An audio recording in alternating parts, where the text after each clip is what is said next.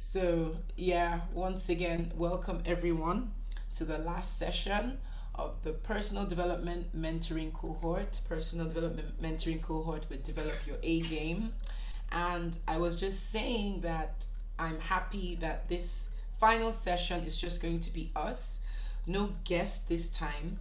So, we can get a bit more personal, so I can have an opportunity to also share my story because I don't think I've shared a bit of my story, but not so much. And really distilling all the different things we've learned from week one down to technically week seven, because we had that intermission when one of the guest speakers was away. So technically, this is week seven with a 1 week break. Well, week six with a 1 week break. So yeah, we started off with building confidence in week one with Ejiro Jakpa, who is the CEO of an agribusiness company.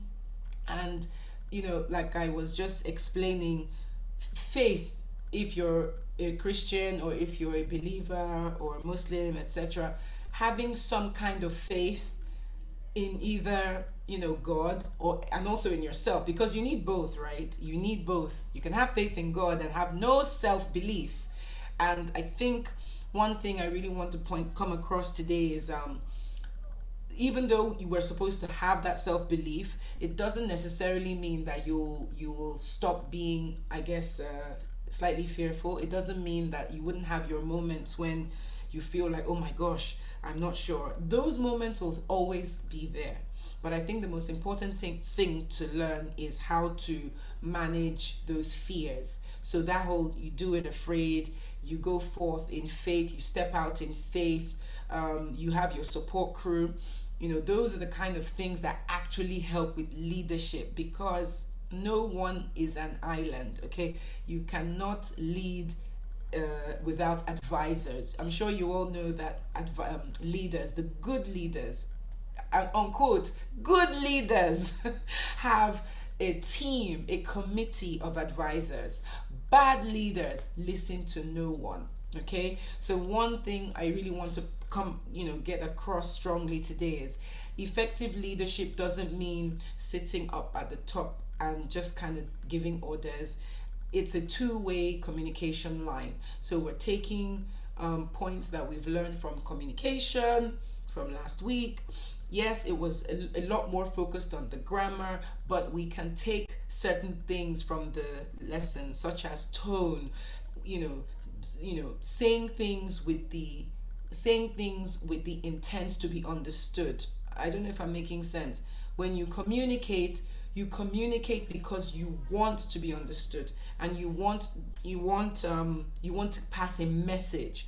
But if communication is just about, oh, you don't care how the receiver receives it, then that's not communication. Okay, so a lot of the things we've learned from previous sessions, from public speaking, like I said, you may still have butterflies, you may still get jittery feet, but you find that hack. You're the master of your subject. You have, maybe you have a way with people, maybe you're witty, maybe you crack jokes, maybe you're emphatic, sorry, Tolagwe said emphatic, I think. Maybe you're emphatic, maybe you notice things about people, you notice that girl's smile, you notice the gentleman's suit or whatever. You're able to relate with people, to speak with them. So leadership, I think, for me, is almost like the summary of all the different things we've been listening to over the past 6 weeks. And it gets thrown into this pot, and it's all kind of cooking in that pot. And oops, when it's all cooked, out comes effective leadership. But, well, I wish it was that simple. But I feel like when you're intentional and when you're conscious about all these different aspects of leadership, I think that makes you a better leader, because leaders listen. And something else I saw today said, many people don't listen to understand, they listen to just give a response. And good leaders actually listen. So yeah, just wanted to just warm us up into the topic. I do have my slides, but they're not very long slides, because really today is really about Yeah, asking me anything. Ask me questions. Anything you want to ask me about, like, my experience, about, how I've been able to get things done, and just whatever you want to ask me, please feel free. So I just want to kick off with this effective leadership set of slides. So I'm going to share my screen. Just 1 second. Sorry, I know I've gone out of focus a bit. So here we go. Hopefully. Okay. Hope you all can see my screen. Ta-da. Okay, great. Okay, great. So, effective leadership. So, who is a leader? Sorry, I know my slides have already got it up there, but guys, ladies, or guy and ladies, what is leadership to you? Let me ask you that. You can type it, you can say it. What is leadership to you? It Because we're all unique. Everybody has their own ideas about. So I don't expect us to have similar ideas. So, Adiola, what is leadership to you?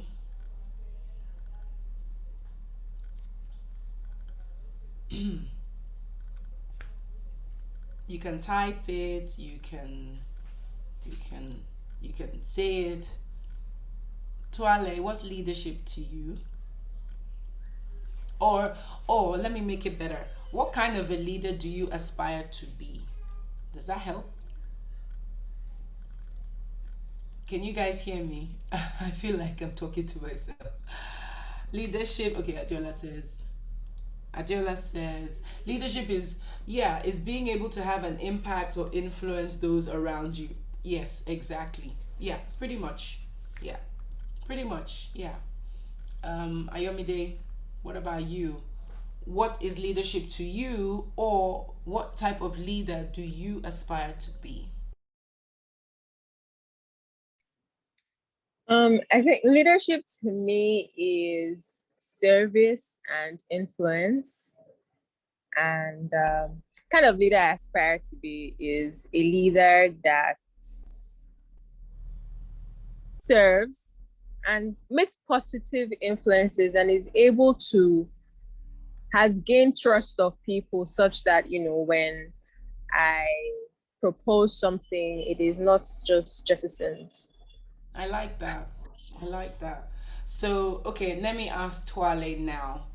Um, what kind of leader do you aspire to be? Want to lead by example? Yes, please. One who leads by example. Okay, I thought you said you want to give an example. Okay, one who leads by example. Okay, Yeah, okay, I my like. actions. Sorry? By my actions, I don't necessarily want to be a Yeah, yeah, talker. I yeah, want to be a yeah. doer. I get that. And Okay, yeah, so someone who sets an example, a living example, by your words, by your actions, by your deeds. Yeah, that makes sense. I mean, a lot of what you guys have said, I can relate with. Leaders influence, whether we like it or not. I know that word influencer has kind of is kind of taken on a new meaning, but influencers are leaders, right? So in this social media digital world we live in, influencers are a type of leader. They influence behaviors, right? So that speaks directly to what Twale said about he wants to be a leader who leads by example. So he's a leader who doesn't talk too much. I don't need to tell too many stories, okay? By what was that saying? By their something you'll know them. So basically, by his life, you will know whether he's the real deal or not. So I can relate with that. Um, I think Ayomide mentioned impact. Okay, no, that was Adiola. Adiola mentioned impact. And Ayomide, sorry, I need to try and remember what you said. I think, can you just refresh my memory on what you said? Sorry, because I got slightly distracted. I mentioned service and Service. influence. Thank you so much. Thank you so much. Yes, because I know you said something that really struck for me. Service. They say a life is not worth living. I believe it was Michelle Obama that made that quote. A life of purpose is a life of service, or a life is not worth living unless you live it in service of others. So that's another beautiful, beautiful example. A life of service. When we look around us, we look around our society, we look at the leaders. I don't want to turn this into a grumbling session or a bashing session, because I find that neither actually helps. Grumbling doesn't make a difference, bashing doesn't make a difference. But what we can focus on is what kind of leaders will make a difference. So we're focusing our evening on the kind of leadership we want to see around us, and also the kind of leaders we want to be. So I mean, it goes without saying, leaders make up the society. They come in different shapes and forms. Leaders cut across several sectors of society, from the religious life, which is, I guess, very common. Nigeria is quite a religious country, and for the most part, most of us, in the world today, religious leaders very much still have a lot of sway over their followers, etc. So you've got your religious leaders. Welcome, Ifoma. Ifoma, welcome. We're just talking Thank about you. You're welcome. We're just talking about leadership and the type of leader we want to be, the type of leaders we want to see around us. Okay? We're not talking about what we don't like. I think we do too much of that already. So I just gave an example of some of the most popular types of leaders we have in society. Religious leaders, we all know them. Business leaders, again, this segment of leadership is becoming very popular. You have business leaders globally, I guess the likes of Bill Gates, the likes of Bezos, Jeff Bezos, the likes of Mark Zuckerberg. Although he strikes me as the kind of person that doesn't like to call himself a leader, but whether he likes it or not, he is a leader. You've got your tech leaders, you've got your legal leaders, you've got your, different industries have their leaders, and we look up to them. We admire their ethic, we admire their principles, their drive, how they started something, how they built an empire of worth millions from nothing. And then obviously we need to keep it balanced. So we're not only focusing on people who've built wealth, we also focus on visionaries. So some visionaries may not necessarily be wealthy, but because they can see where things are going. Visionaries could be authors. When you think about people that wrote you know groundbreaking books, like 1982. That the same person that wrote Animal Farm, George Orwell. That book was quite revolutionary. It went into the future like never before. When you look at when you look at the likes of Martin Luther King, you wouldn't say he was necessarily wealthy, but he was certainly a visionary. So leaders come in all shapes and forms. Political leaders, we've talked about them, why they're so important. They're the architects of society. They help shape policies that help set the pace for economic growth and development of nations. And let's face it, leaders need followers, right? So whilst we're working on ourselves to be leaders, and to be honest, we're all leaders in one way or the other, because everyone is influencing another person. Everyone is playing some kind of role somewhere, major role, whether at work, whether in your family. Maybe you're the firstborn, maybe you're a member of the family that likes to gather people together. Maybe you're a church worker. I know Ifoma does a lot in the church because we actually go to the same church. So I am sure I know Twale writes a lot of very insightful articles. I've seen some of his articles. Ayomide too, definitely. I've seen a lot of work she also does, behind the scenes as well. So I think all of us, in one way or the other, are already leaders. But the question now is, how do we go from leaders of maybe leaders on a smaller scale to I would say maybe leaders on a larger scale. I guess the question is, what do we want for ourselves in terms of leadership? Do we want to be micro leaders, medium sized leaders, macro leaders, etc.? So what do they do? One thing I do a lot is I read. I read a lot. I really read a lot. And I do that for two reasons. One, so I can be informed. Although I know they say, you can never know everything. That's just the truth, right? And sometimes it feels futile to want to just, keep acquiring knowledge that even I don't even know how the human brain can amass so much information. So sometimes it feels daunting wanting to learn new things because you feel like, gosh, do I still have the capacity to learn more? But that's why you step out in faith, right? You just have to keep staying curious, even when you feel like, oh my goodness, I don't think I have the capacity to carry on or have the capacity to learn. But you know what? One thing I've realized is we have the capacity to learn a lot of things. And one hallmark of leadership is that willingness to keep learning, to admit that you don't know everything, and just to remain flexible and adaptable. So I know one thing great leaders do. When you look back, when you look in history, you look at leaders that have revolutionized industries. You look at Henry Ford. You look at Nikola Tesla. Even you look at Prince Albert of England. People, and then in Nigeria, you look at Fela Kuti's mom. You look at Fela Kuti's mom. I think she's Fumilayo Ransom Kuti.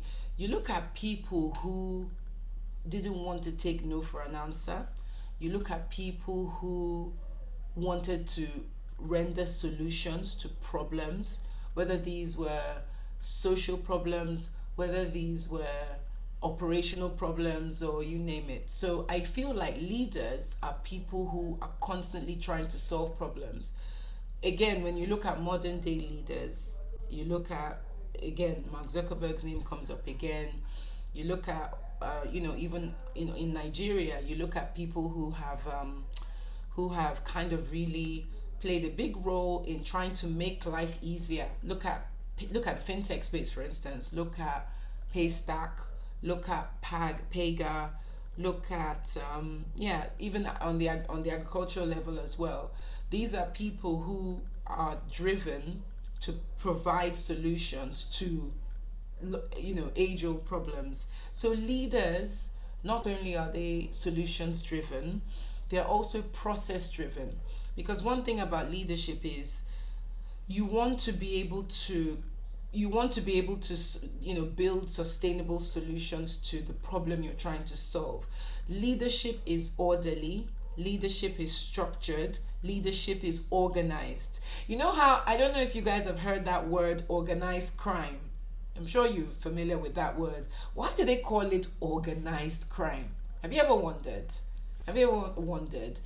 Because, if I did you say yes or? No, I said no.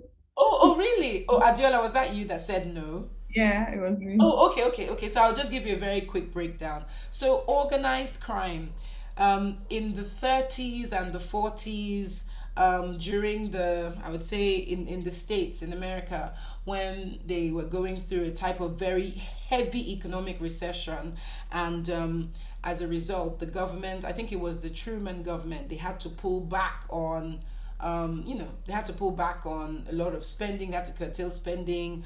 They also prohibited alcohol. It was actually quite interesting. Alcohol was completely banned, so that was the rise of cartels. You had the likes of Al Capone and all these infamous drug lords, etc., come on the scene. And what they did was, that's where the word organized crime came from. What they were doing was illegal activity, selling prohibited goods that were banned at the time, but in such an organized way that it took the government so long to indict them and get them arrested and stop their activities. So it's ironic that even in in illegal activities, they understood that they needed to be organized, because anything that is disorganized is not going to last. So maybe that wasn't such a good example, but it was just to show you the irony that even criminals had to organize themselves to undertake activities. So how much more people like us, who are law abiding, people of integrity, principled people, God fearing people. So organization and structure is the bottom line of where I'm going with this, is key to becoming a leader. And that organization and structure is also found in the way you carry yourself. So not just in trying to organize, I would say, maybe society, or maybe you're trying to organize a group of people for an outreach, or you're trying to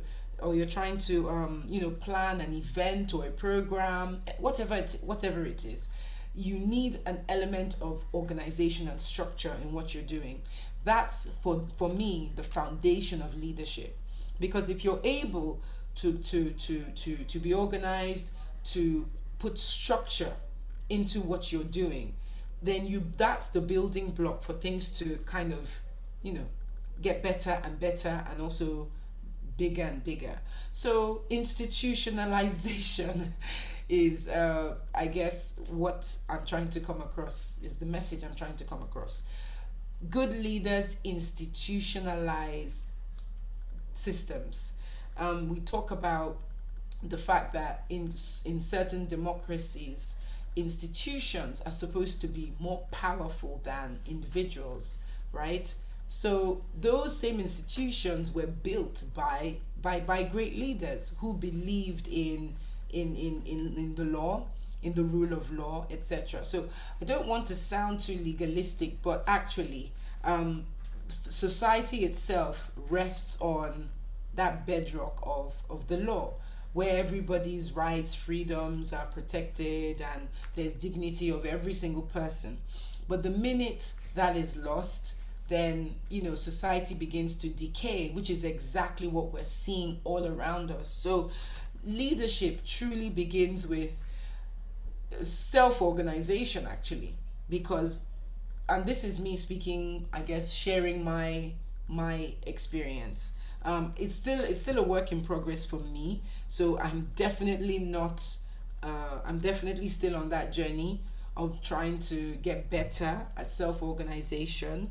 But it has to be said that when the more organized I am, the more structured I am in the way I do things, the better the results, and I obtain more sustainable results. So institutionalization is very critical. You want to be able to build structures. So leaders, I told you, leaders love to solve problems. Leaders love to build things. Sorry.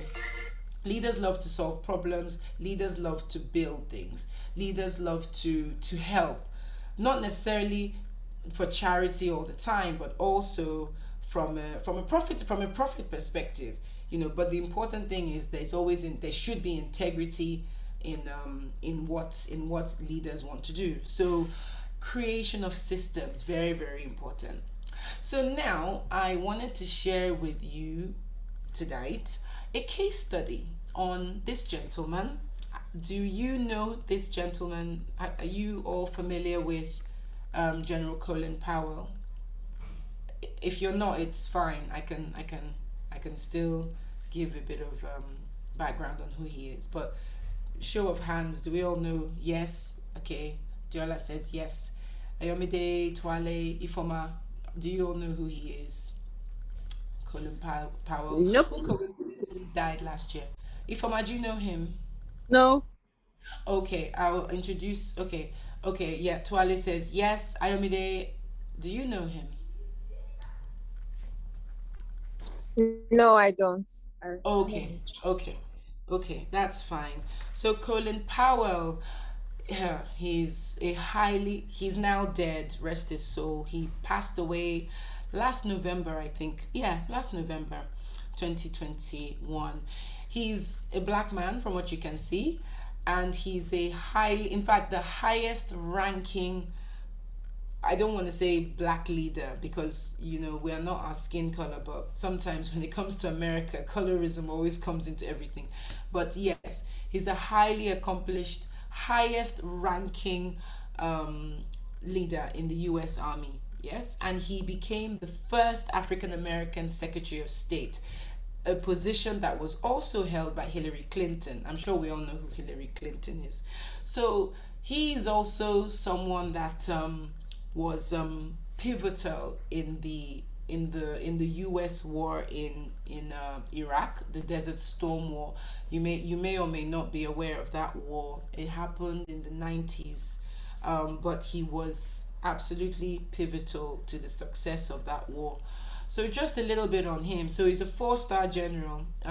In the army, like you have, one-star generals. You can tell how high up someone is by the number of stars they have on their epaulets, those things that are here. So one is like a big deal. Two is quite a big deal. Anything above three means you're literally the bee's knees. So you can imagine he's a four-star general. So that's a really big deal.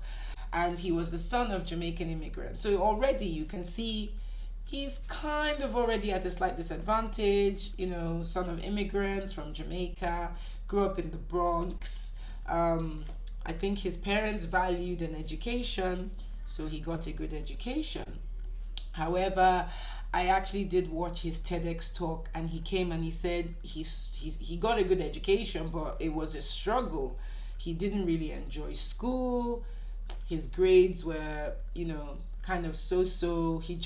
He went to school because his parents expected it of him. Like many African or Caribbean parents, we place a lot of value on education because we believe that education is the gateway to a better life.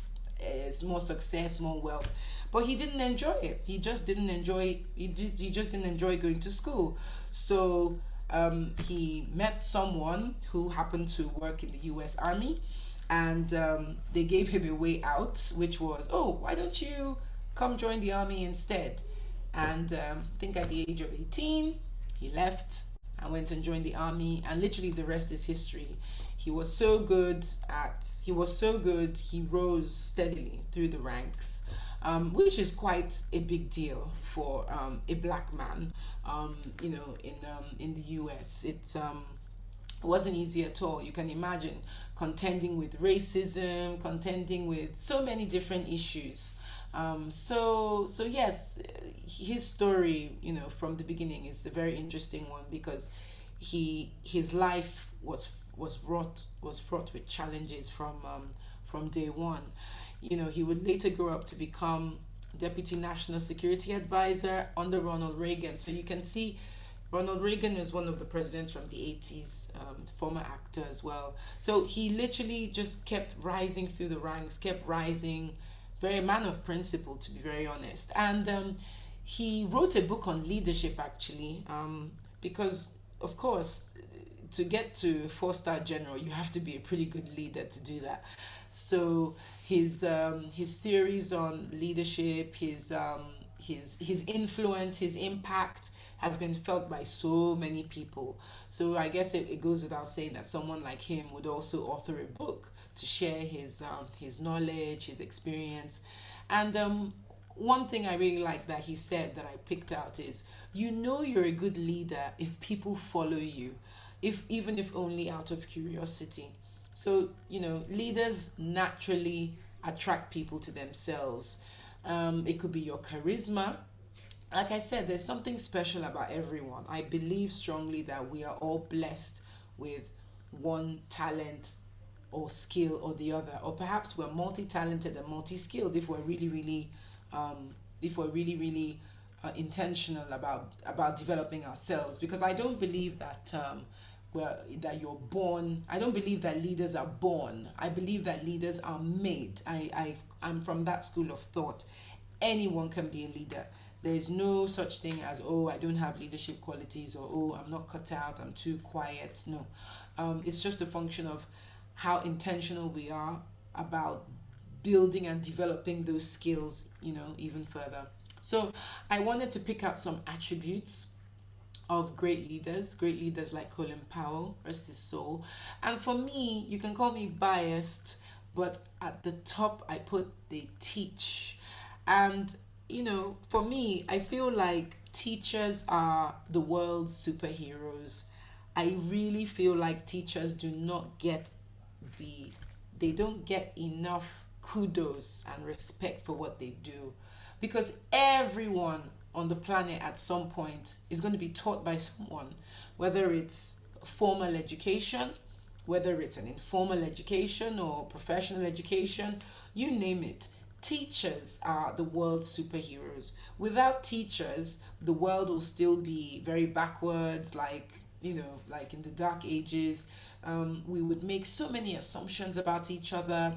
We wouldn't be curious. We wouldn't even know how far we can expand if not for teachers. So I really have to admire leaders who invest in teaching others. And that could be anything. It could be just depending on what it is you're passionate about. If you're passionate about social work, it could be about teaching. It could be about spending time with young people, spending time with older people for social work.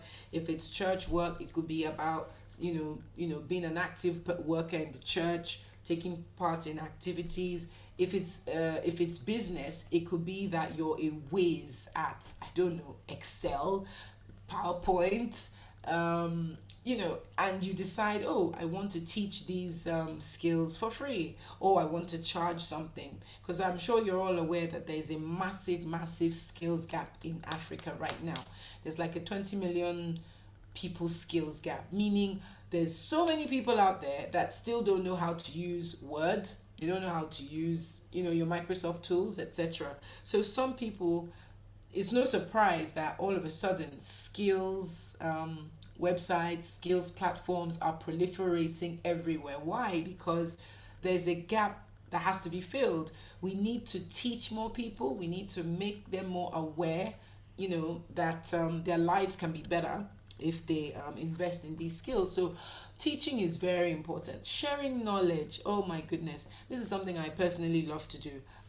In fact, you will find that your style of leadership will flow from those things that are natural to you. So if you're a natural, I don't know, if you like to I don't know, if you like to host events, because you like event planning or something, um, you'll find that your leadership comes is you exhibit your leadership through event planning. If you like to teach maybe young children, you'll find your leadership comes in that way. So your leadership style will be unique to you, and will serve your passions, basically, if that makes any sense. Good leaders create opportunities for others. I know there's that thing that, oh, we live in a society now where people do like to share information, people can be selfish. But one thing I do know is great leaders don't care about what the world does. Great leaders constantly renew their own minds. Great leaders are not worried about following the crowd. So they focus on what they do best, which is supporting others, bringing out the best in others, if that makes sense. Elevating others. We rise by lifting others. And listening. I think we spoke about this already. We listen to understand, not to respond. I'm guilty of this as well. It's really something that you have to do with intention, because sometimes someone can say something and automatically your brain reads it in a certain way based on your views, your personality. So I think one thing I'll encourage is, for all of us, is to take it slow sometimes when processing information. Now we live in this instant messaging world.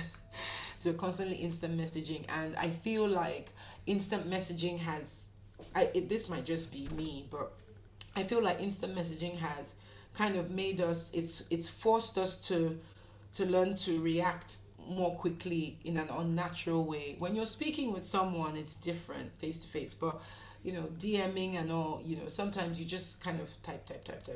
You don't really think about what you're typing, which is why misunderstandings can arise, etc. So, yeah, I think it's really important that we always never feel pressured to respond fast. Listening. They say we have two ears and one mouth, which means we must listen twice as much as we talk. So that's super important. Great leaders, when we look at the yellow side, are highly competent. We picked up on this competency issue in the public speaking session, which was session 2. Public speaking. How do you stand up somewhere and speak fluently for at least 15 to 20 minutes with no break, making sense, flawless? You have to be a master of what you're talking about. So, leaders are competent at whatever it is whatever industry they find themselves. You will find that the great leaders are competent. They are good at what they do. It could be a natural competence, it could be a trained competence, but the point is they're competent. Then emotional intelligence. Gosh, this comes up again.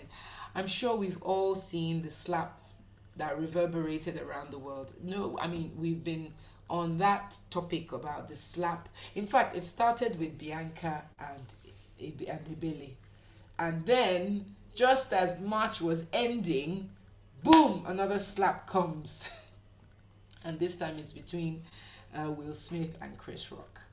Emotional intelligence, that these two incidents, although kind of different, but I think one major thing comes out for me. One major lesson comes out for me from those two incidents, which is we all need to generally be more emotionally intelligent than we than we realize. Emotional intelligence is simply just being attuned to other people, kind of trying to be empathetic with other people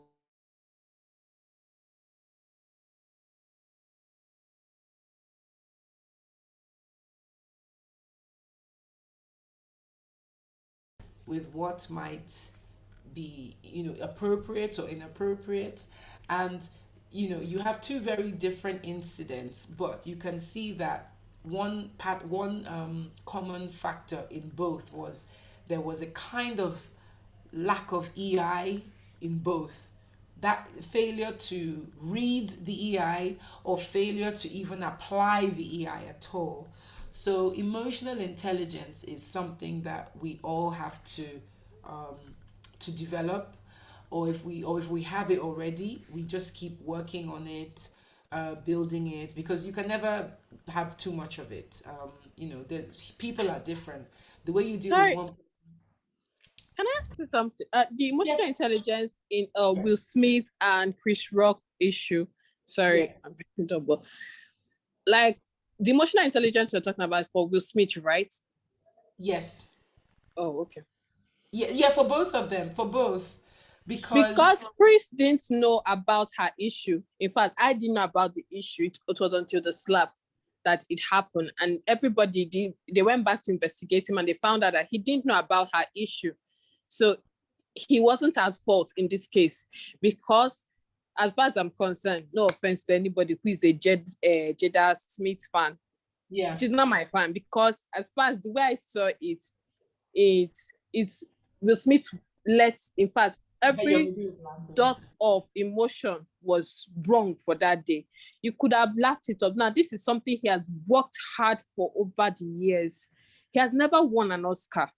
Nobody's talking about all the people that won an Oscar because of his action. We don't even know who won what anymore. Nobody's talking about his achievements. Now he's losing out. All the things he was supposed to get, he's not getting them because of what? She shouldn't have even done that. He shouldn't have even done that. You could have laughed like every other person, then sent him a mail, sent him anything afterwards, and you could have him apologize publicly for it. And he would have. So now all your hard work, gone. So it doesn't make sense at all. I thanks That's thanks my for opinion. that. Thanks for that intervention. Yeah, it's complex. It's complex. I mean, gosh, we're still trying to understand what on earth happened that day. But again, emotional intelligence still comes into it in a big way. How we read other people. You know, Chris Rock said something, he initially laughed, he looked at his wife was not looking happy. Automatically, he changed and then became angry. Okay, I'll throw in another angle. Let's call it self-control also, because emotional intelligence goes along with self-control as well. Um, let's put it this way: we cannot necessarily react terribly to every invitation we receive. Um, I mean, leaders are human. I want to get that across. I think we all know leaders are human, but at the same time, leaders are just, they are set on a higher standard. The public, unfortunately, puts them on a higher standard. You can call it fair or unfair. So with that being said, it's just something that one has to think about. Okay, look at Banky W, for instance. I think he's just declared that he wants to run for House of Reps, this Etiosa district. Naturally, when you are in that position of leadership, you become exposed to a whole lot of criticism. We can do a whole session on just how to manage external criticism, how to kind of, what's the word, how not to let it affect you, how to become like water. It just flows off you. You don't absorb it, because if you absorb all the emotions that is thrown at you, you can imagine what happens. You hear about, celebrities in Hollywood, even in Nigeria now, that they cannot handle all the things that are thrown at them. They can't handle the attention. They can't handle. So, emotional intelligence is a very critical component of good leadership, because without it, you can be blown in the wind. You'll be blown from the left to the right, from the left to the right. Adiola intervenes here saying, even the Bible states that teachers are placed on a higher pedestal than those they teach. Exactly, they are. Whether we like it or not, once you decide for yourself, I want to be a leader. I love people, or I love this project, or I'm passionate about. I don't know. I'm passionate about oh gosh, what can I think of? I'm passionate about gender politics. I'm passionate about equal opportunities. I'm passionate about better opportunities for people living with disabilities. Automatically, you're going to come under scrutiny. So I think when they have like serious, robust executive leadership training that can last like up to 4 weeks, even 6 weeks. Harvard runs such courses. You go through the rigors. What does it take really to be a leader? It's not a walk in the park, because trust me, if it was so easy, more people would be leaders. So, when I talk about leadership now, I'm speaking to leadership where you are making quite a significant impact over a number of people. So whilst yes, you can be a leader in the office, in your family, I'm talking about us in the context of we want to actively work our way up, building our personalities, building ourselves to reach the pinnacle or the epitome of whatever it is we're passionate about, whether it's on a personal level or on a career level. So that's just wanted to be specific. That's what I mean by that's the kind of leadership I'm referring to. But by all means, everyone is a leader in some way or the other. But if you want to be more robust about it, then you have to apply more intention. Again, leaders take advantage of opportunities. So what I was talking about, seizing the day, seizing opportunities. Imposter syndrome comes in here. Twale, imposter syndrome, I don't know if you've heard about it. It's supposed to affect up to 85% of women, or even more.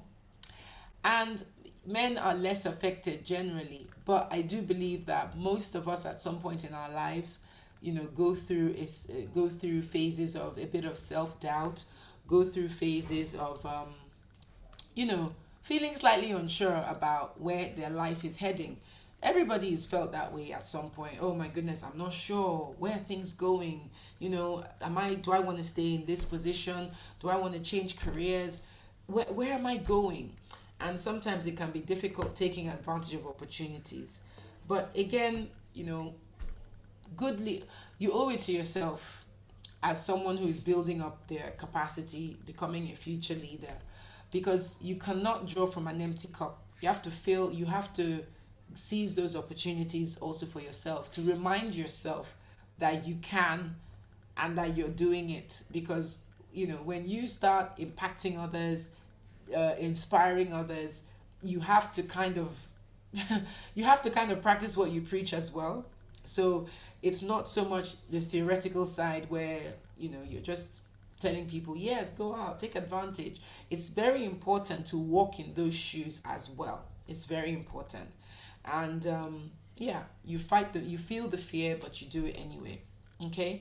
And the more you practice taking advantage of opportunities, and opportunities, it doesn't mean you're waiting for people to give you opportunities. I need to be clear on this.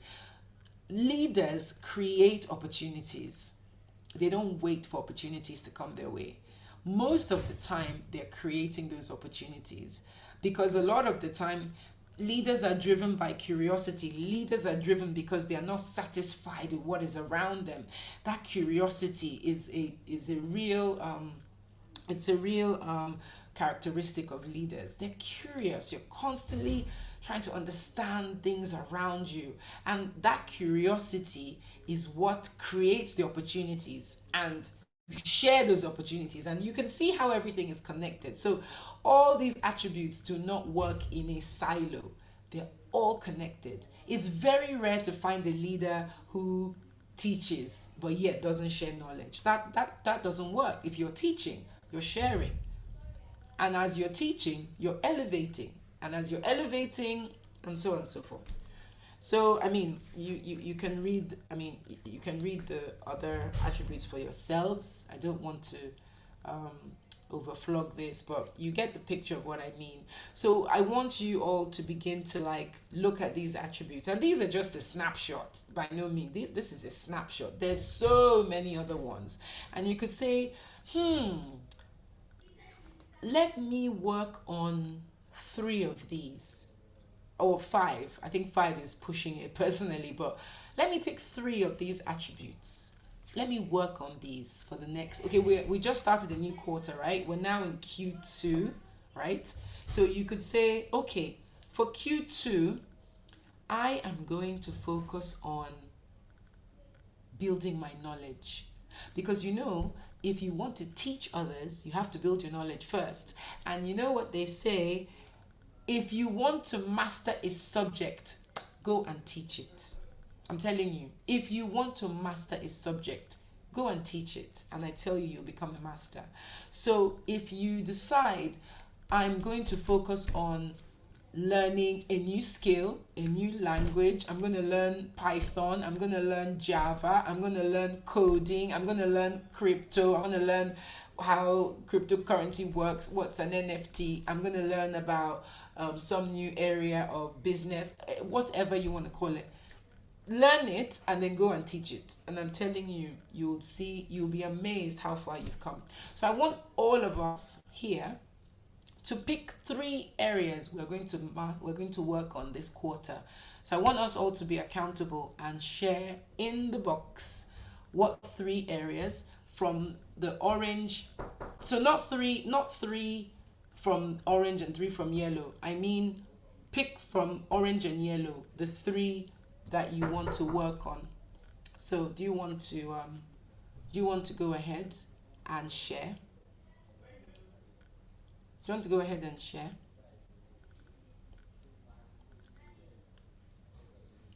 Who wants to go first? What attributes do you think you can work on over the next quarter from orange and yellow? Just write them down. Okay, I mean, go for it. I have a question. Yeah, please. And On the empathy one, I've gotten feedback many times Okay. that I'm not as empathetic as, you As know, as some, I don't know, I guess I'm just not as empathetic uh-huh. as Uh-huh. some people would, prefer that I be or I am. But how do I become more empathetic? But thing is, I actually feel the pain of people. Like I can actually relate, but I try not to intrude, Mm, and if they're not, forthcoming about something, right? mm-hmm. Mm-hmm. How can I show myself to have more empathy? Or how can I show my empathy or my concern? Because I could just Mm-hmm. ask you, oh, are you okay? You say fine. That's it. I'm going. So Okay. I just wanted to ask a question on that. It's a really, really good question, and I'm glad you asked. So let me tell you how I do it. And oh, just for context, are you talking about how to be more empathetic in the office, or what context? Is it personal or career? What context? In both, Both. Oh, because perfect. yeah. Okay, perfect. So let me tell you how I have done it. Do you recall I spoke to you all about non-verbal cues and verbal cues? I don't know if you recall. That means when you're speaking with someone, when you're dealing with people, do you pay attention to things that are unsaid, like body language, tone, things like that? Do you pay attention to things like that? Yes, I do. I actually pick up vibes very You pick up easily. vibes. And that is a real thing, by the way. It's not just like a new generation thing. Picking up vibes has been from time immemorial. You get a sense, as they say. One thing I do generally is make people feel like they are needed, make people feel like they are wanted, make people feel like they're appreciated. So let's talk about this in the workspace. Imagine you are leading a team of 5, 10, whatever. And what's the essence of leading this team? To get results, right? Because you're not working for nothing. You've got someone you're reporting to, and you've got your deliverables, and your team, their deliverables feed directly into your deliverables. So you're there to motivate, to inspire them to get their work done. I mean, some people may be fortunate to have team members that are completely self motivated and self driven. But the truth of the matter is, the way we are as humans, a lot of the time, you'll find that occasionally you need to encourage your people, your team. How do you do that? You treat them like people, not just like staff that have to. Let's put it this way: there has to be a human approach to dealing with people, not just a utilitarian approach. So occasionally you ask, "How's it going?" You pay attention when someone changes their hairstyle. You pay attention to, oh, the best one, the reward system. When someone does a good piece of work, you mention, oh, that was a great report you wrote. Oh, that was a good marketing effort you made. Oh, you brought in 5 more clients. That's fantastic. So things like that make people feel appreciated, so that when you notice if something goes off, you notice they are a little down, you notice their mood drops a bit, you then also step in and say, oh, you seem a little bit, what's the matter? Is everything okay? It's important to make team members feel, to feel appreciated. People who treat their staff, their workers, I mean, even on the personal level, you've heard that story about that one friend that only ever calls you when they need something. Does anyone like that friend? Yes or no? Yes or no? Hell no. Nobody. Exactly. Nobody likes that friend that only calls when they need something. Nobody likes that family member that only calls when they need something.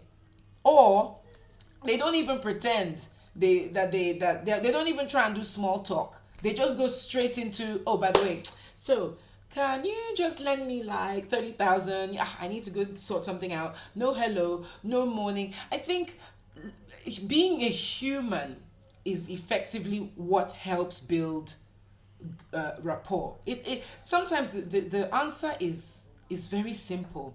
I've been able to build rapport with a lot of people, from sports industry to when I was neck deep in banking capital markets, when I was even interfacing with the Securities Exchange Commission, when I was interfacing with Nigerian Stock Exchange. I'm not gonna lie, I built amazing rapport because I related with people as people.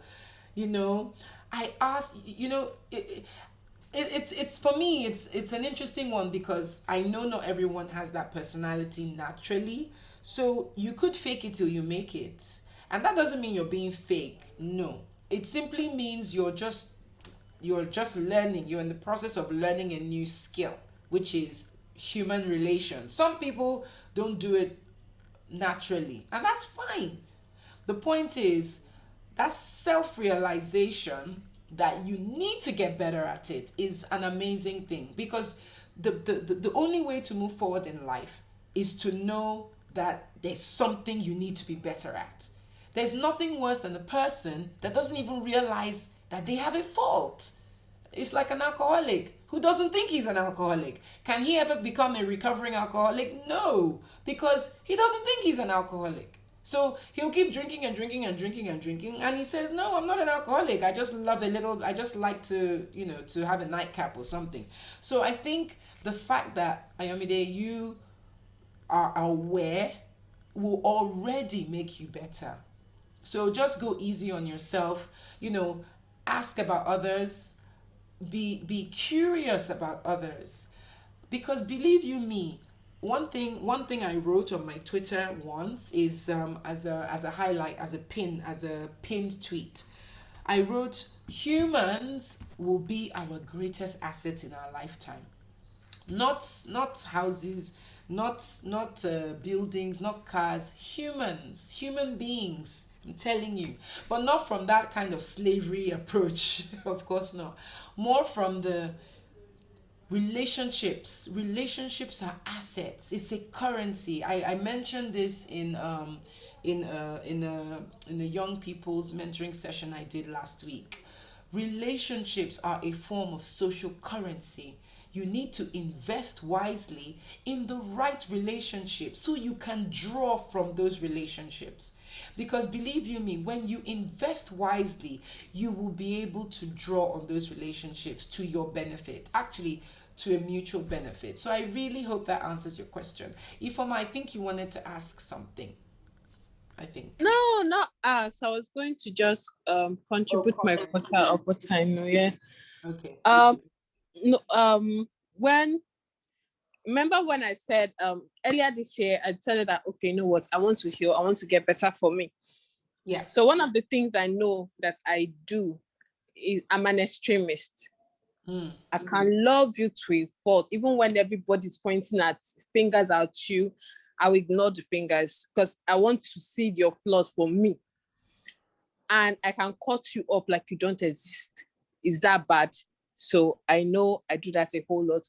So I started doing emotion, and I know I attach to people a whole lot. Even if I'm not talking to you, it doesn't mean I don't like the person. I don't have to do hate. People that do it, I give them kudos. I don't have to do hate. If I hate you, it means you're still very important. I'll be talking about you all the time and all that. So I knew it wasn't healthy. So the easiest way was to cut the person off.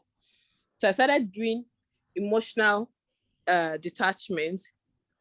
But along the line, I found out that I do everything on my own.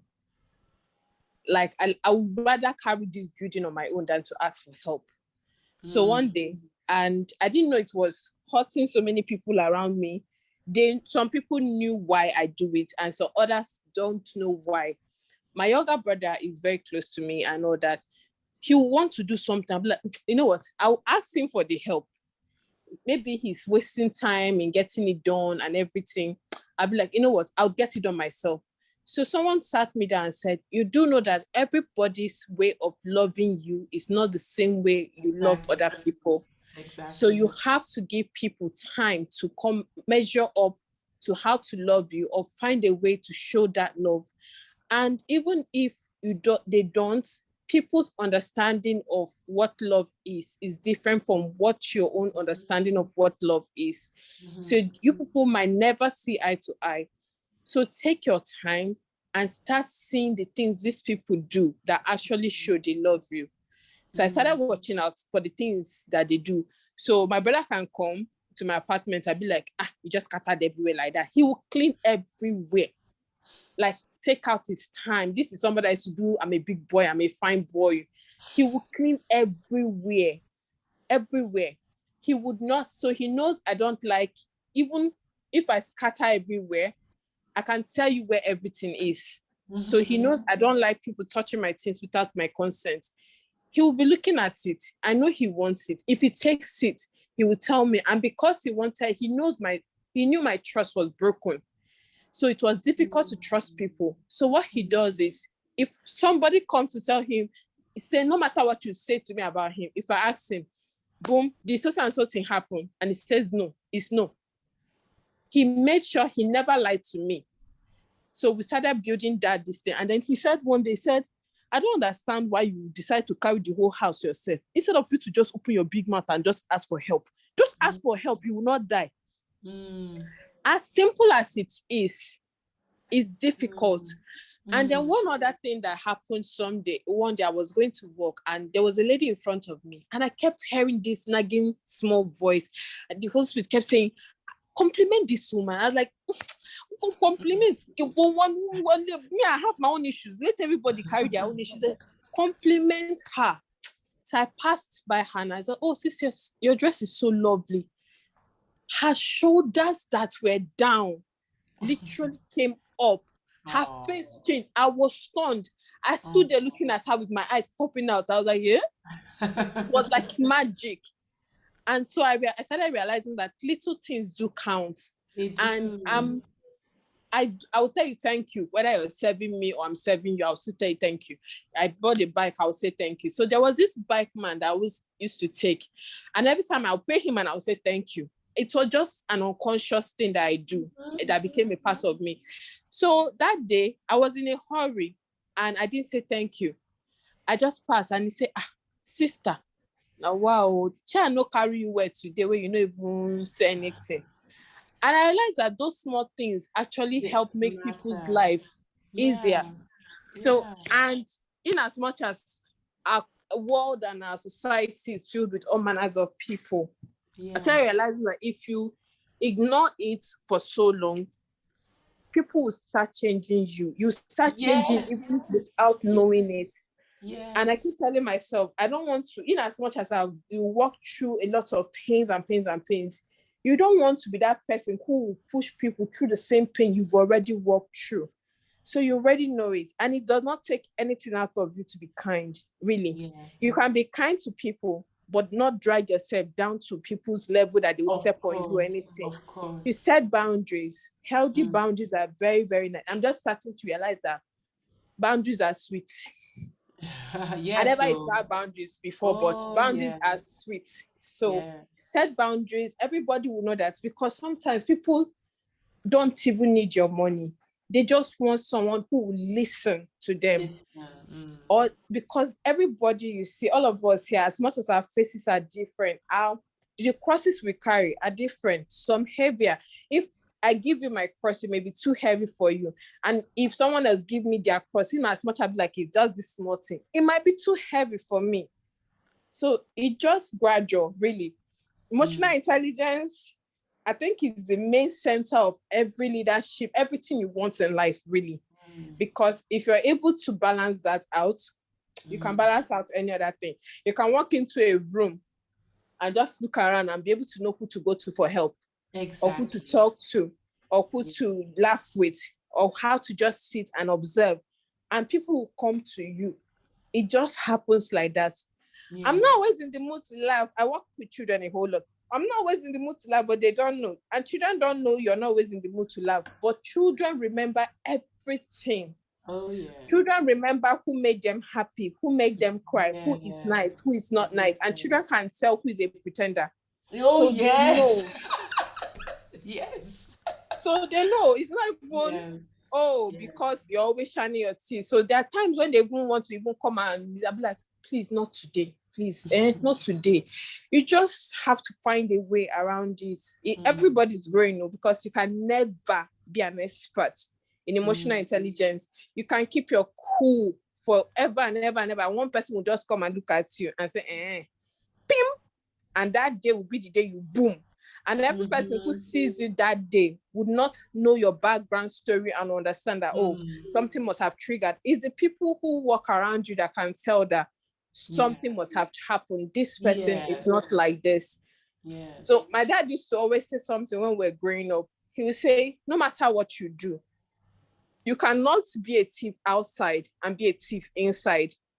There has to be certain people who can vouch for your character and say, no, Mm. something must have happened for this person to be this way. To become, But yeah. if the people inside cannot vouch for you and the people outside cannot vouch for you, then who can? Mm, There has to be certain people who can. mm, If you mm. call my father and tell him that, oh, your daughter, blah, blah, blah, he will say, who? No. Or there are things you tell him and be like, okay, let me ask. And if he asks, if he says yes, it's yes. If the beautiful thing about being an adult that I'm enjoying now. Sometimes it's like you're waking up, you're just realizing that it's morning and you're awake. It's the fact that nobody can beat you for saying your opinion. Nobody can beat you. Nobody's the highest that will happen. Certain people will not talk to you for a while. At the end, most people will go and sit down and understand that, oh, this thing you said is true. And they'll come back. So certain times it's even good because that way you move away people that are not true from yourself and you can breathe Mm, free. mm. So it's very sweet when I can tell you, no, yes, your dress is ugly. What happened today? And we'll laugh about it, but there's a way you can say it and the person will not feel slighted. And there's a way I can tell your dress is pretty and you feel slighted. That's the truth. So Again, leadership is, I do believe that leadership, like what you said, it starts with, hope you can hear me. Leadership does start from within. They say yeah, that mastery of self is like master yourself before you can become a leader and lead others. It's when we are able to master our emotions, when we're able to understand who we are, that self-awareness, know what our triggers are, you know know when you're not being blown in the wind. One minute you're blowing this way, next minute you're blowing that way, simply because you're reacting constantly to others. So I do like what you said about you know the fact that at one point you seem to react a lot to other people, but then at one point you just look around you and you say, well, maybe that's just their way of showing love. Now, of course, boundaries are very important because, like you said, someone should not cross the ultimate line, even if that's the way they love you. Someone can love you in a way that is not very good, right? very true. But Yeah. ultimately, if people mean well, they will have some, how do you say, some idiosyncrasies. So it's up to us not to try to control the way they relate to us. Emotional intelligence is really having a grasp and understanding that people are really different, and understanding that people have different ways of communicating. The love languages, the five love languages. People have different ways that they express love. Some do acts of service, some do, I think it's acts of service, gifts. I think those are the two that I remember because those are mine. But yeah. So basically, I think emotional intelligence, just like you said, is a really important aspect of leadership. Super important, and it also leads into empathy. When we can relate with other people, when we shouldn't underestimate what it takes to just say hello, or we shouldn't underestimate, smiling at people. It might sound a bit crazy or loony, like how do you just start smiling at random people? But whatever it is, you pick what works for you, okay? No one says, please go start smiling at everyone. But there is a power in non-verbal communication just as much as there's a power in verbal. Smiling can make someone's day. You just smile at someone, say good afternoon, or rather than just walk past them. Ayomide said she wants to be more empathetic. You compliment someone, and not in a manipulative way because sometimes people can do that. You compliment someone because you want to get something from them. It's just about being human, being a humanist, right? So, yeah, good leaders relate with other people because they put themselves in the shoes of other people. If I was feeling down today, I would love someone to just smile at me and just say, "How are you doing?" You know? So, it's the really little things that lead to the bigger things. When you look at I was looking yesterday at the birthday of, I think it was Otedola, his mother's 90th birthday.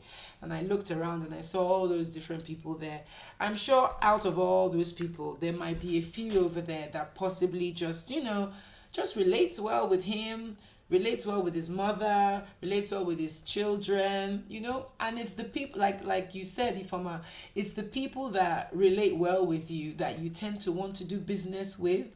Let's kind of be real about it. Business is one of those interesting things that we tend to be sentimental about. And yeah, that's why networking is such a big deal. The more you network smartly, the better connections you make, and the more money you potentially make. So we really, really have to see that so much is interconnected. So much, so much, so much. Never ever take for granted those little things that other people take for granted, right? So, um, critical factors for successful leadership according to Colin Powell. So this is almost like I guess like a Bible of leadership according to Colin Powell. Be careful what you choose, you may get it. Um, your team will have to live with your choices, so don't rush. So, yes, one important thing to mention is as a leader, don't rush. Don't rush, don't feel pressured into making decisions. Good leaders calculate and strategize every step of the way. I mean, I'll give an example. Beyonce is a leader in entertainment. We all know one of the highest paid entertainers, and everything she does is strategic and calculated. Everything she does. So when you are applying strategy to what you do, you can't rush it. You know what they say, you can't rush the process. So always have that at the back of your mind. Don't let adverse facts stand in the way of a good decision. So superb leadership is about instinct. I know we don't really talk about instinct enough. We don't talk about the gut. We don't talk about that sense.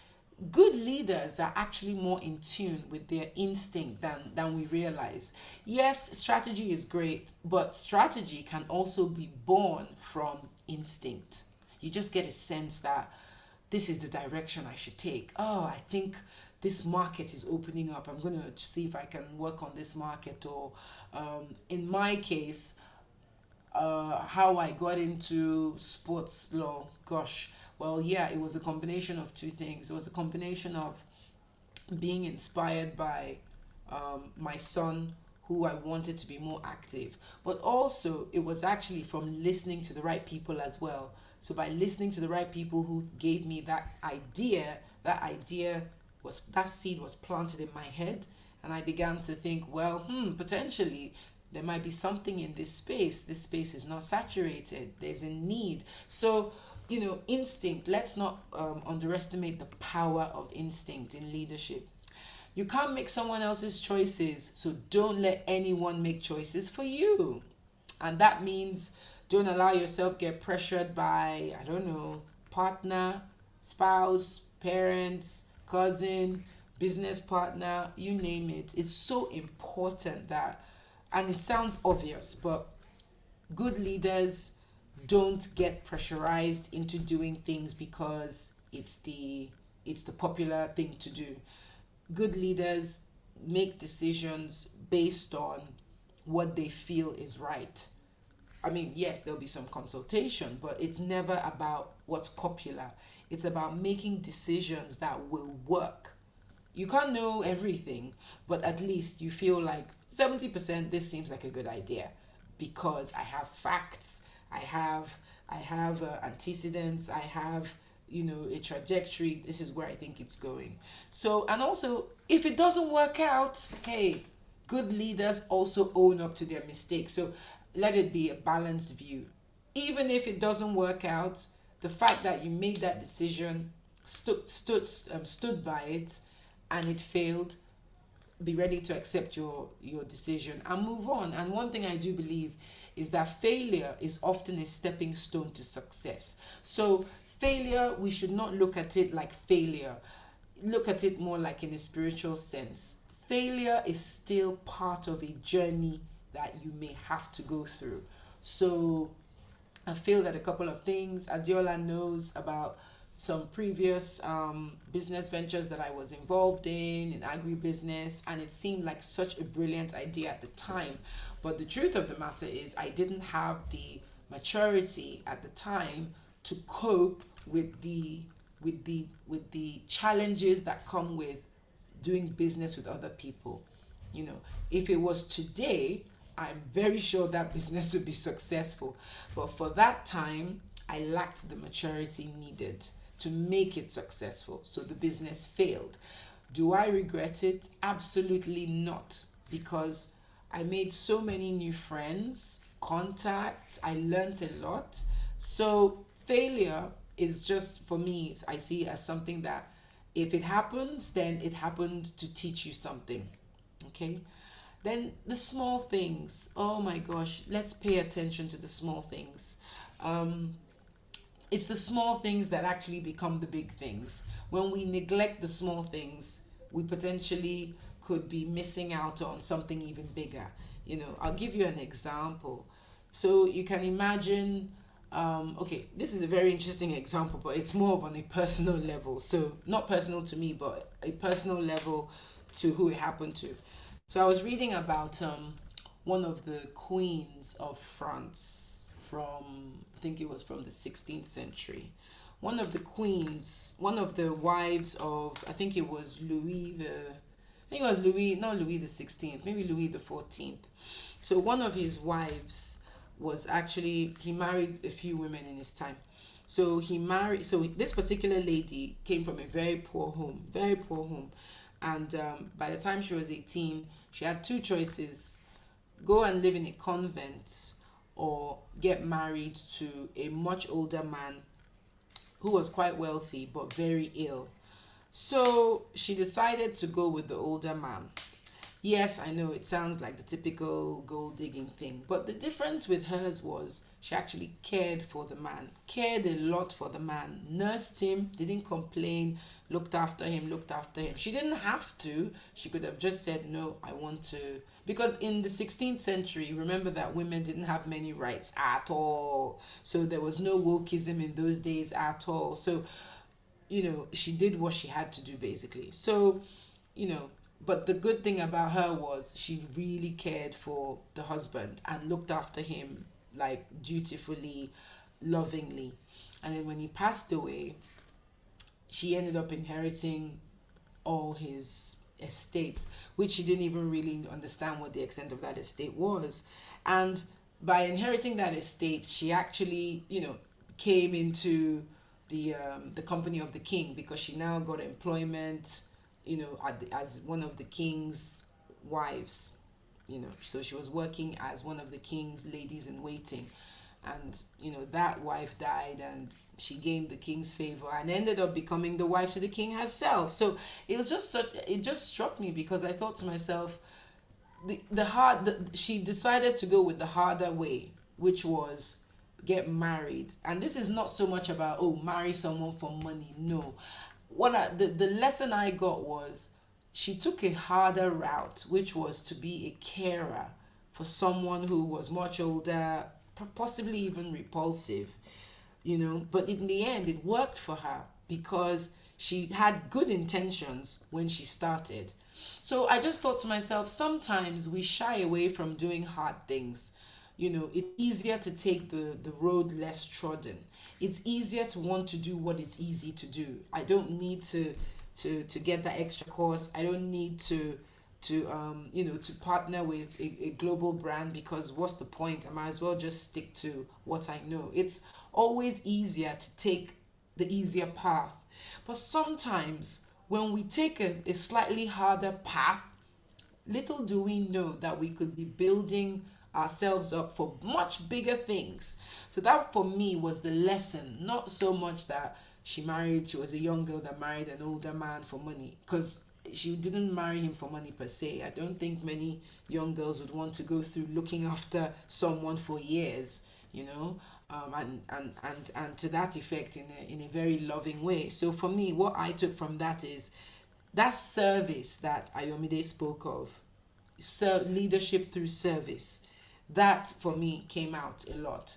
Sometimes when you stoop to conquer, when you serve others, little do you know that by serving other people, you are uplifting yourself and you don't even realize it. So yeah, those little things, paying attention to those little values really goes a long way in leadership. And guess what? It builds you visibility, because if you start doing the things that nobody else wants to do, you end up becoming, you know, you end up kind of carving out a name for yourself, because oh, you're doing the hard things that no one else wants to do.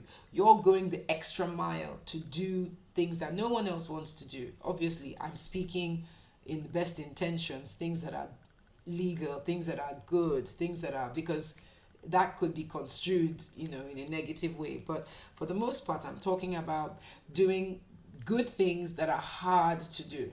But in the end, the reward will still come to you. So good leaders don't shy away from tough things, is kind of the main point I'm trying to make.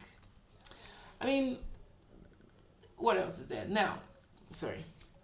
It ain't as bad as you think. It will look better in the morning. Yeah? So, let me, sorry. My screen is, what's happening to my screen? Did I have a question? Yeah, go on.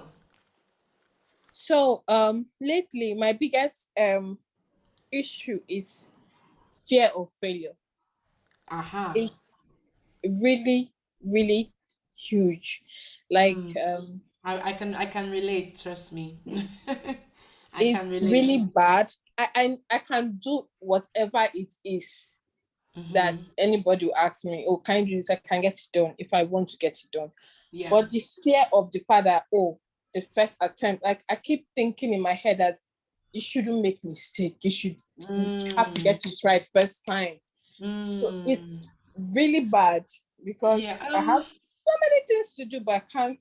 But you can't, you know what they say, anything that we do to the extreme is never good for you. So you can take a good thing and make it extreme, and then it becomes harmful. So of course, having a fantastic work ethic is desirable. We want people around us, we want ourselves to have a great work ethic where you take your work seriously, you're principled, you produce quality work, you write brilliantly, or you speak very well, or you're the best researcher, or youth worker, or whatever you name it, or trader, whatever. But there comes a point where that that commitment to excellence can go overboard, and you alone can recognize that and kind of nip it in the bud. So with me, oh, okay, what's my fear? Gosh, I have so many. The first one is not owning property in Nigeria. I don't own property yet in Nigeria, and it's one of the things that gets me up at night all the time. All the time. It gets me up at night. I think, why don't I own property in Nigeria? Oh my God, I don't own property in Nigeria. This is terrible. What am I going to do?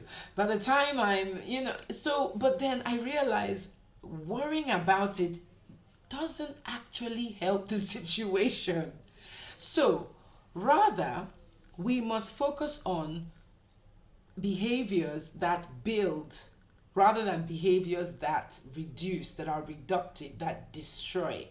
Anything that destroys your confidence, stop it. Anything that takes away your peace, stop it. It's almost like you have to stop yourself. So when you find your mind racing, becoming anxious, you need to have some kind of a coping mechanism to help calm you down. So it just sounds as if you have a little bit of anxiety. Yeah? And anxiety happens to many of us. In fact, it happens to all of us. But when anxiety begins to become a disability is when you let it take control. So it's a function of how do you take control or nip in the bud these little anxieties we have about. I mean, there's so many anxieties. Some people have anxieties about not making enough money. Some people have anxieties about getting married. Some people have anxieties about staying married. Some people have anxieties about, I don't know, about security. It goes on. It goes on. The list is interminable. But really, what I believe, especially from a self-governance perspective, because I said in the beginning that to become a really good leader, it begins with you. How do you govern yourself?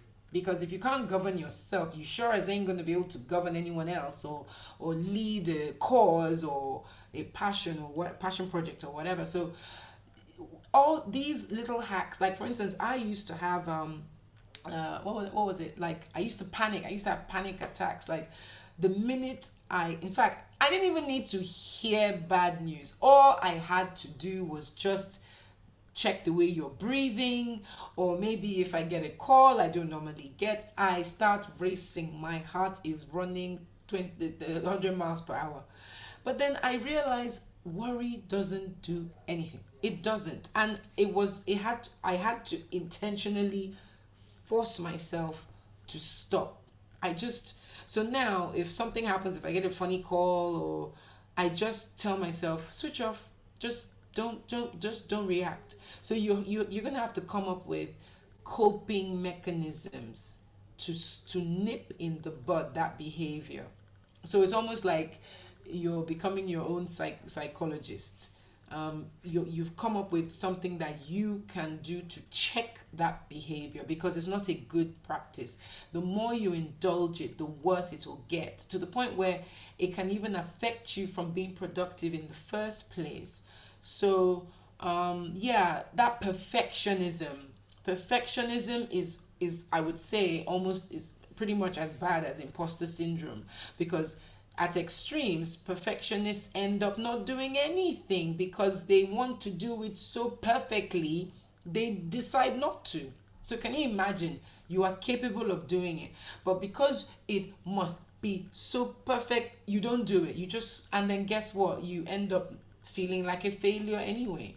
So my take is any behaviors which rob your peace, steal your joy, make you feel worthless, reduce your confidence, recognize it, stop it, nip it in the bud. It's not something that you just say and it switches off. It's something you practice little by little until you get to a point where you can tell yourself to just switch out of that zone, and then you switch out.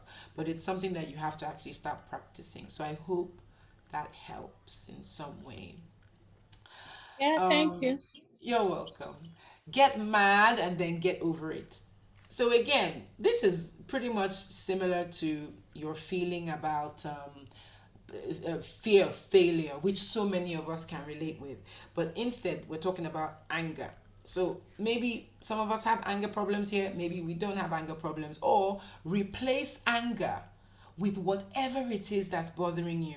So, Ifoma, you've already shared a personal story that fear of failure can get that takes over to the point where you feel like you're stuck.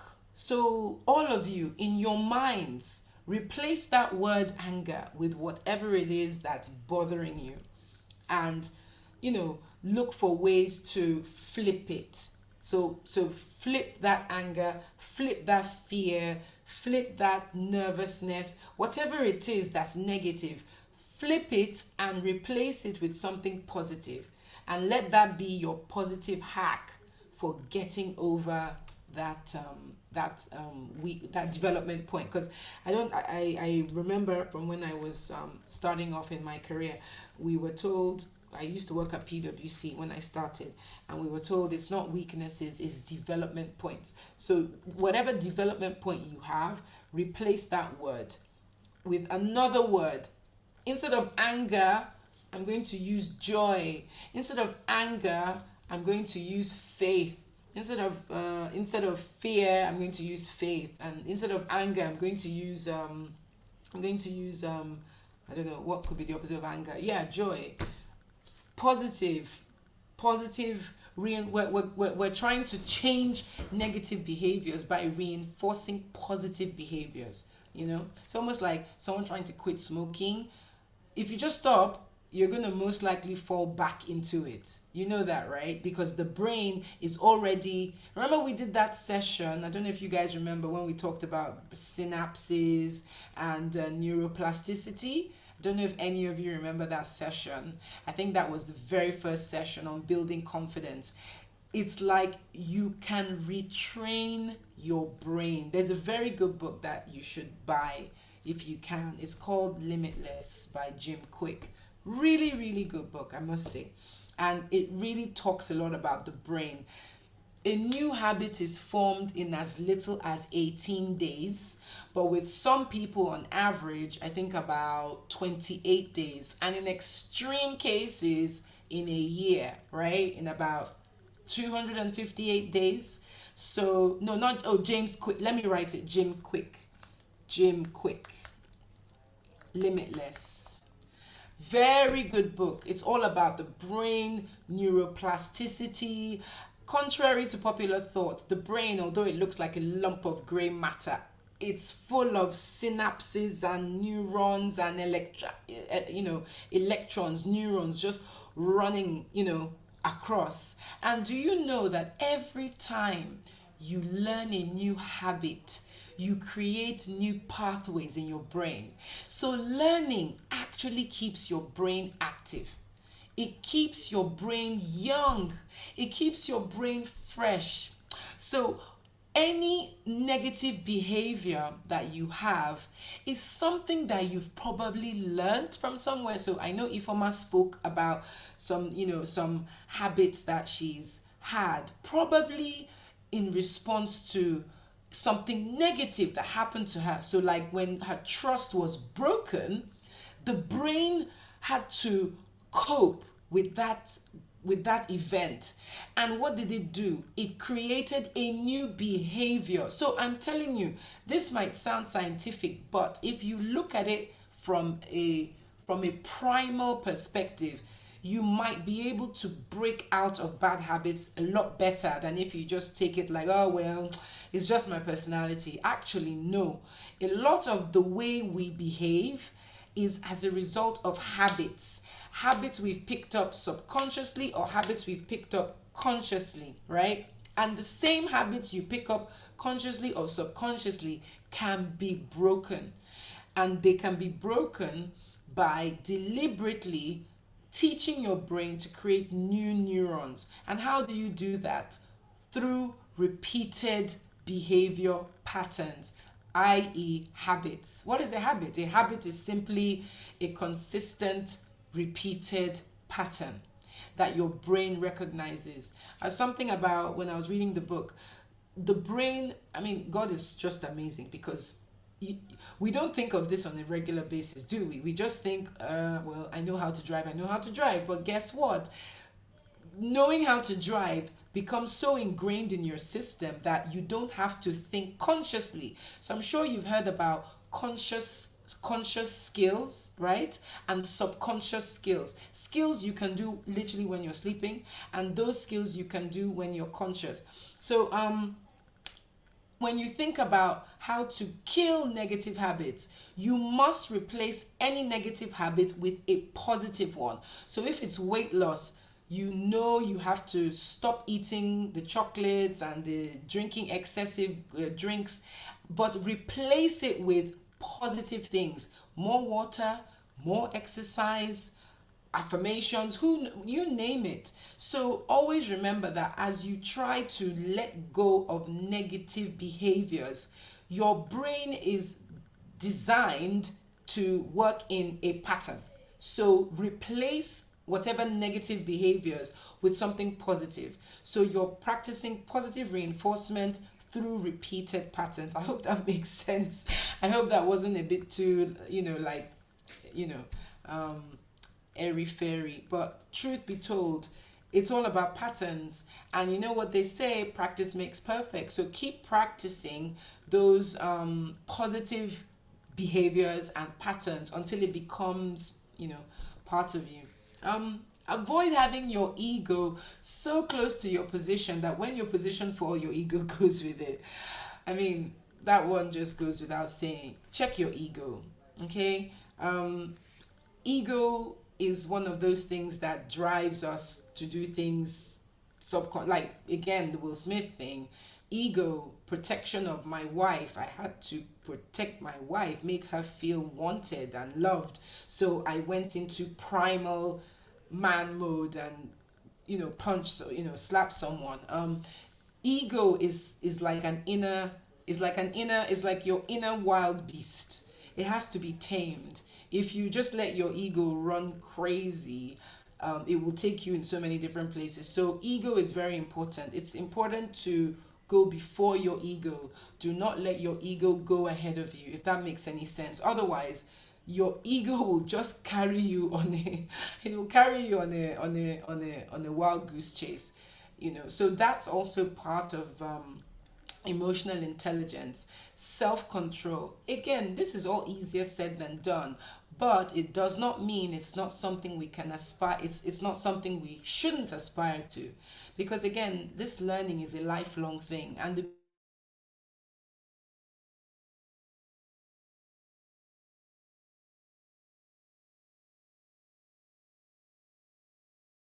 themselves. I don't know if any of you have read James Clear, Atomic Habits. I highly recommend it as well.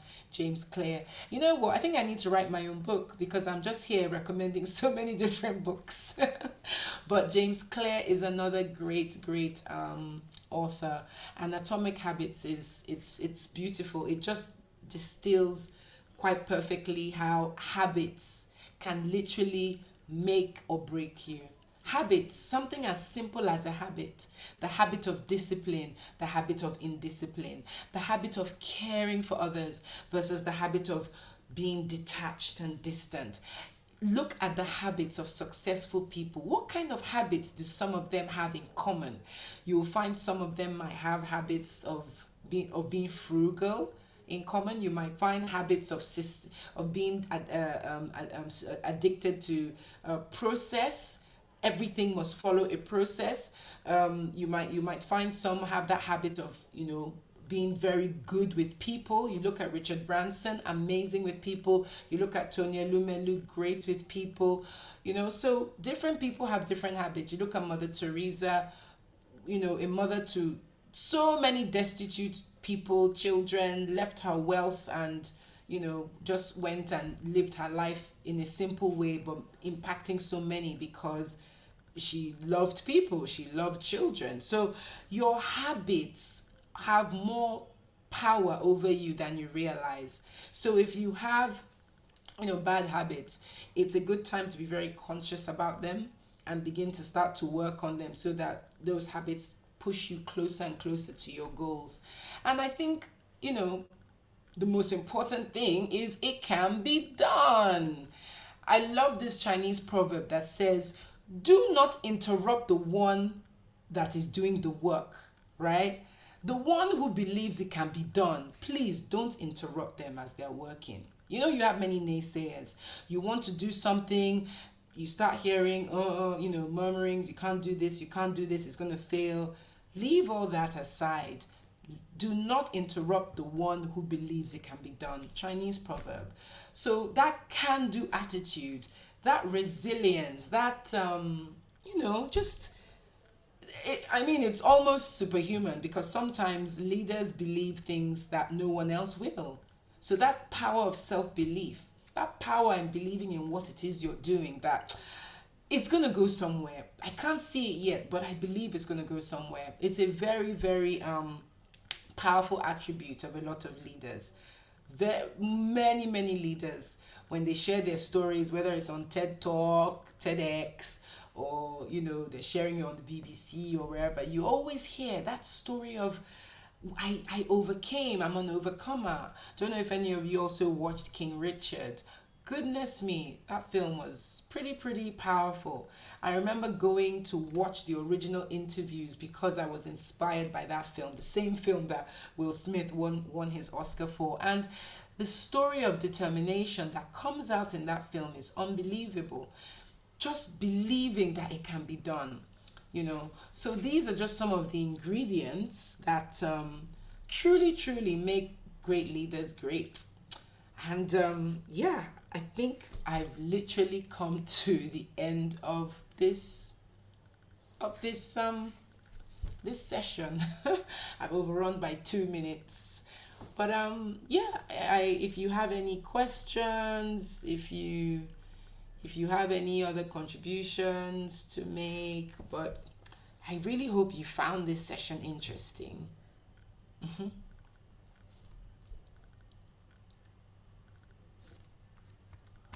Let me just write James Clear, Atomic Habits. So that's the name of the book.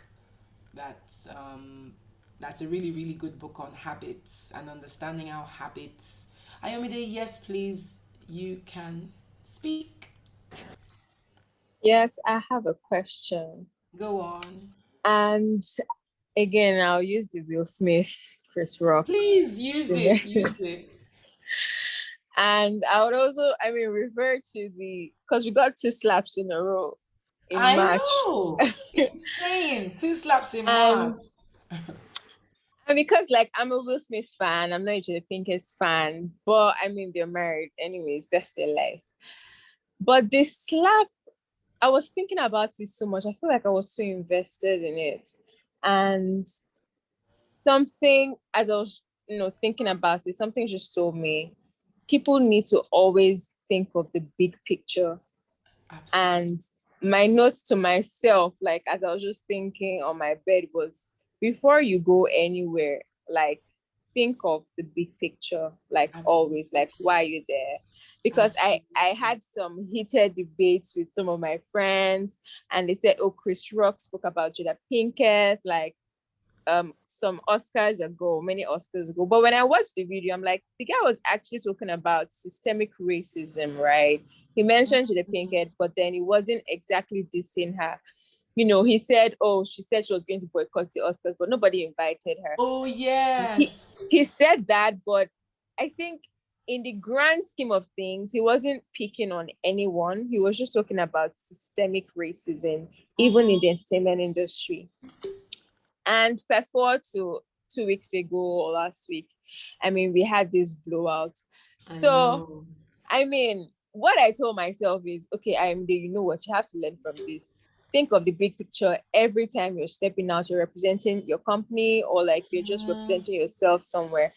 But because I haven't experienced that kind of provocation, in quotes, as Will Smith would say, he was provoked, right? And because I haven't spoken on many platforms, or I'm not as, let me just say, I'm not as exposed as you have been exposed.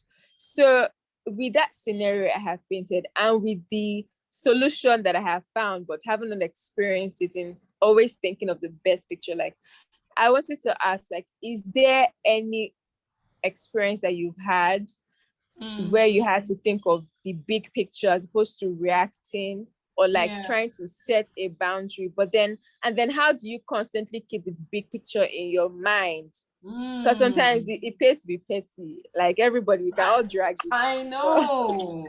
I but I know. mean, just as somebody that has more exposure, that has been to different places, both for leisure and for work, Mm. how do you like always keep the big picture in front of you? That's another really great question. How do you always have the big picture when things go wrong? I can tell you, I've been in situations where someone in the office didn't like me.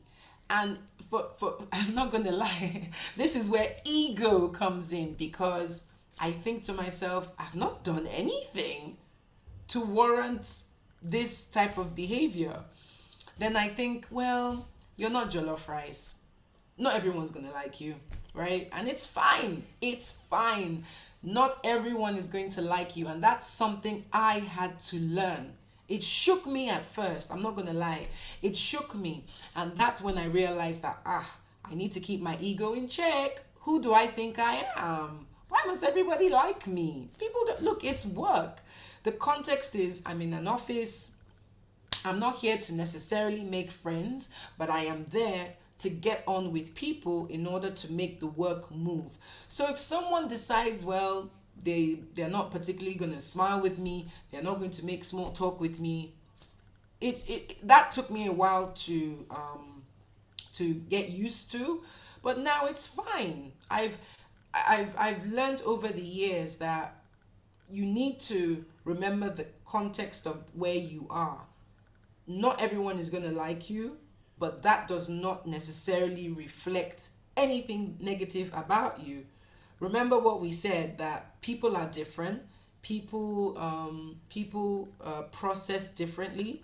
Some people like me, I've made lifelong friends from the office. So my perspective is I can make friends anywhere. But guess what? There's some people who don't have that approach. For them, work is not for friendship. And you know what? I respect that. I cannot impose myself on anyone. Neither would I want anyone to come and impose themselves on me and make friends with me by force in the office. So I think I would say the big picture is keeping your ego in check, constantly talking to yourself internally, like reassuring yourself that it's not you, everyone is different. And as long as they're not overbearing on you in a way that threatens your person, then you have to also learn to respect other people's approaches and styles as well. So I would say learn to deal with people that you may not necessarily get on with in the office. um, like I said, my perspective was always coming from a personality, perspective. I like to work with people I like. But I've learned in the last 5 years that I don't have to work with people I necessarily like. I don't even have to have clients I like. It's like lawyers, right? Sometimes you might represent someone you know is guilty, but does that mean you're not going to represent them? No.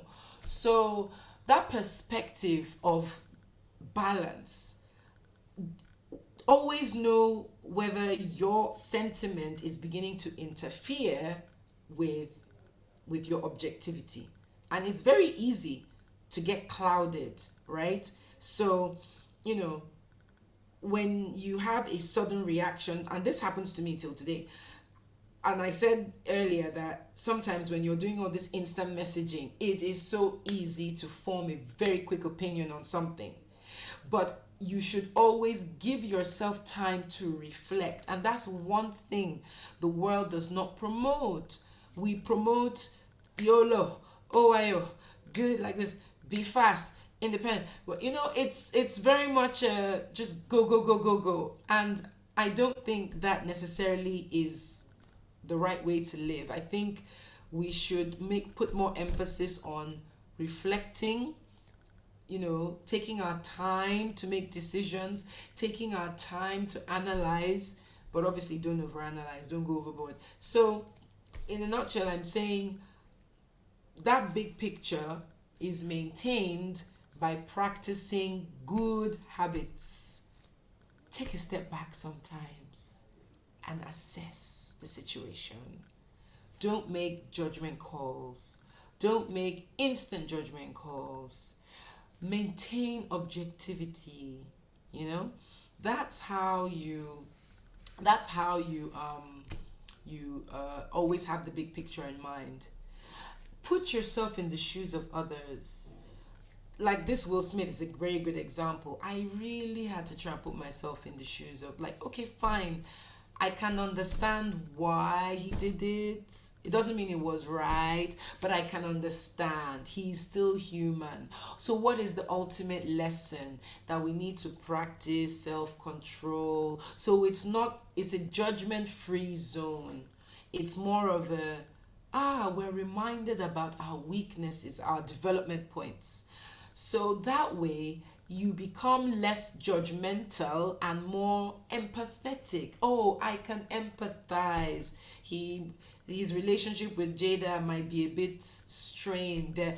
And then I think Ifoma alluded to, sometimes when you don't know enough background, I think it was Adiola or Ifoma that alluded to that. When you don't have enough background, you can make a snap decision. But when you give yourself time, you take a step back, you then and then you research, you then think, okay, wow, he's having a hard time.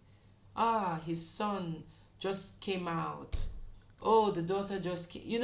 Like, you begin to empathize. It doesn't mean you are saying what he did is right, but you're beginning to empathize. You're beginning to see both sides. So it's about maintaining objectivity. Always do your best to be objective. Practice objectivity by listening to two sides. I mean, two there are lawyers in the house here. It's part of our training. For those of us that are non-lawyers, I guess, witnesses. The idea of witnesses is even in the Bible. You cannot say something happened unless there was a witness. You cannot accuse a man of rape unless, although yes, that one is a bit controversial, because that puts the woman in a very bad position. But sadly, that was the case. Even cases of rape, there had to be a witness. So what I'm trying to say is, you on your own cannot make a judgment call. It's always important to get two sides. And if you maintain that diplomacy, that style of diplomacy will even help you in your dealings with people. You'll become regarded as a person that, let me go to Ayomide. She seems like a fair person. Or Diola, she's very fair. If I tell her this, she'll be able to give me good advice as to what to do. But if you build a reputation as someone who's hasty, always ready to just pop off at any point, then that kind of makes you become one-sided, narrow-minded. So practice objectivity. It's something you can practice. Never make a decision without hearing two sides. And it doesn't mean you're sitting on the fence. I need to stress, sitting on the fence is when you don't care either way, and that's terrible. Indifference is a horrible disease spreading where people look the other way. No, what we're saying is, let's look at what's happening. In every situation I find myself, whether it's affecting me or affecting another person, am I being objective about how I'm looking at it? Should I get someone else involved to give their own unbiased opinion? So that way you maintain objectivity in one form or the other. So I hope that kind of answers the question. Thank you. Yes, it does. Welcome. Gosh, I've really, really enjoyed my 6 weeks. Like, I'm really grateful. It's been really amazing. I've learned a lot as well, because I tell you, it's a two-way street. Learning is two ways. It goes both ways.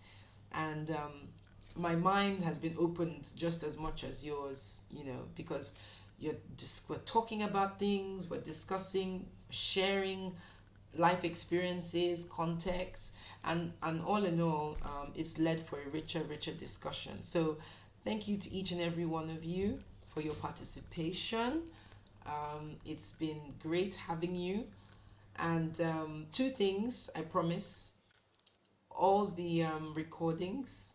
I will be sharing the links, your certificates of participation as well. I will be sharing those with you via email as well, because of course you have to have something that says you've done this. You know, it's recognized. We all know that personal development is massive right now. It's the biggest it's ever been. It's amazing that we're living in times where it's a great thing to want to develop your soft skills. We've had so much emphasis on hard skills that, you know, a lot of us have lost opportunities. A lot of us have, you know, even lost relationships because of, you know, that inability to you know, relate with people, or to speak, or to express. And all those soft skills are the little things that we've taken for granted as a society over the years. So I'm so happy that things are turning around, and people like yourselves, you know, appreciate the value of cohorts such as this. So please do tell your friends, your colleagues. I'm going to be hosting the next session in October, so definitely we'll make it bigger, better, and more jam-packed. But definitely I wouldn't even be thinking about a cohort 2 if I didn't start from this point. So thank you to each and every one of you. It's been amazing. And of course, we're all, you know, we're friends now. I've known some of you from before, so I guess that can only continue. And I'm here. You can reach out to me anytime. Don't be a stranger. And it's been amazing. The Facebook group is still there. You know, by all means, you can invite more people there. But I intend to keep that group active, make it more active, and I will also send out the feedback forms, because it's super important.